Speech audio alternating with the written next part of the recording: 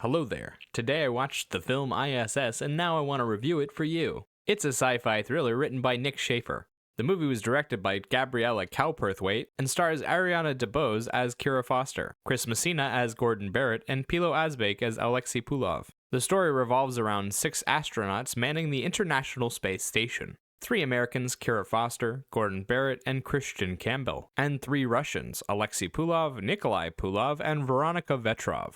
The 6 of them are celebrating the recent arrival of Kira Foster when war breaks out on Earth between Russia and America. As nukes fly, the crew tries desperately to find out what's happening. Suddenly, 2 messages arrive in secret to the American and Russian commanders. Take the station by any means necessary. Tensions flare as the crew is divided by national lines. The story unfolds from the eyes of Dr. Kira Foster, an American biologist who believes in doing what's right and trying to get along with the people around her. The cast is made up of just 6 characters, and we spend a little bit of time getting to know them before the tensions kick off. There is Commander Barrett, a calm and cooperative man who tries his best to work with his colleagues. Then there is Christian Campbell, a talkative father from the States. He started in the Air Force and has a couple of young daughters back home.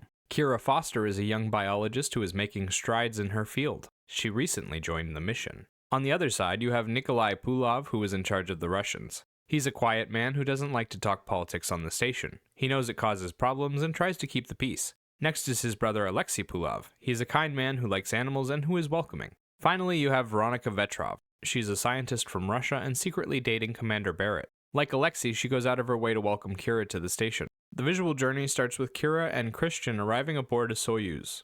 The crew celebrates her arrival and there's a bit of merriment before they see large explosions on the surface of the Earth. From that point on, tensions flare between the crew as parts of the station start to malfunction. There are fights, lots of tense conversations in dingy corners, shots of the station from the inside and the outside, and there are lots of shots of the Earth becoming more devastated as the war rages on. Sound-wise, the film uses original songs and instrumentals to support the journey. The original songs appear a couple of times and are always on the radio on the station. The characters work to it and sing along with it. There is a ballad by Black Sabbath, a classical piece, and another rock song that plays briefly. The instrumentals tend to be string instruments creating mysterious, intense tracks. Wailing sounds and long stretched notes are a common theme among the songs. Okay, so how did it do? The writing fails on both fronts and the story is a bit of a boring mess. The plot is simple enough, but the film doesn't do a good job of explaining the characters and their motivations, and so we just have a bunch of psychopathic astronauts acting like children. They start killing each other randomly after apparently knowing each other for years, and the story doesn't develop the war on the Earth at all. It unfolds slowly, and they don't play much with the tension. All we get are a bunch of conversations about betrayal, a few big emotions when it actually happens, and then a series of events that feel disconnected.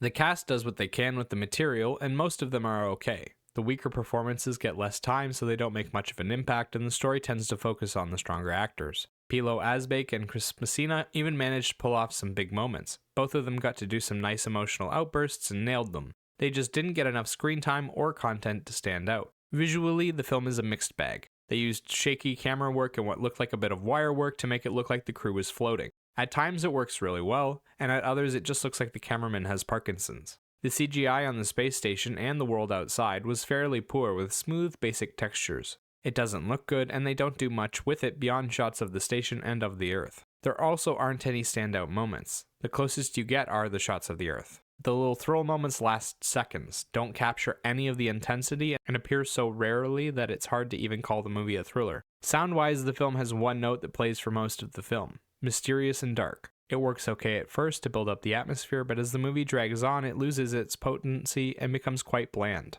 The original songs were a nice little addition to the film, but they didn't do enough with them or explain their presence well enough to be significant. They also didn't use them to support the emotional journey at all. Overall, I.S.S. starts with a great concept and then fails to execute it in a way that's actually entertaining.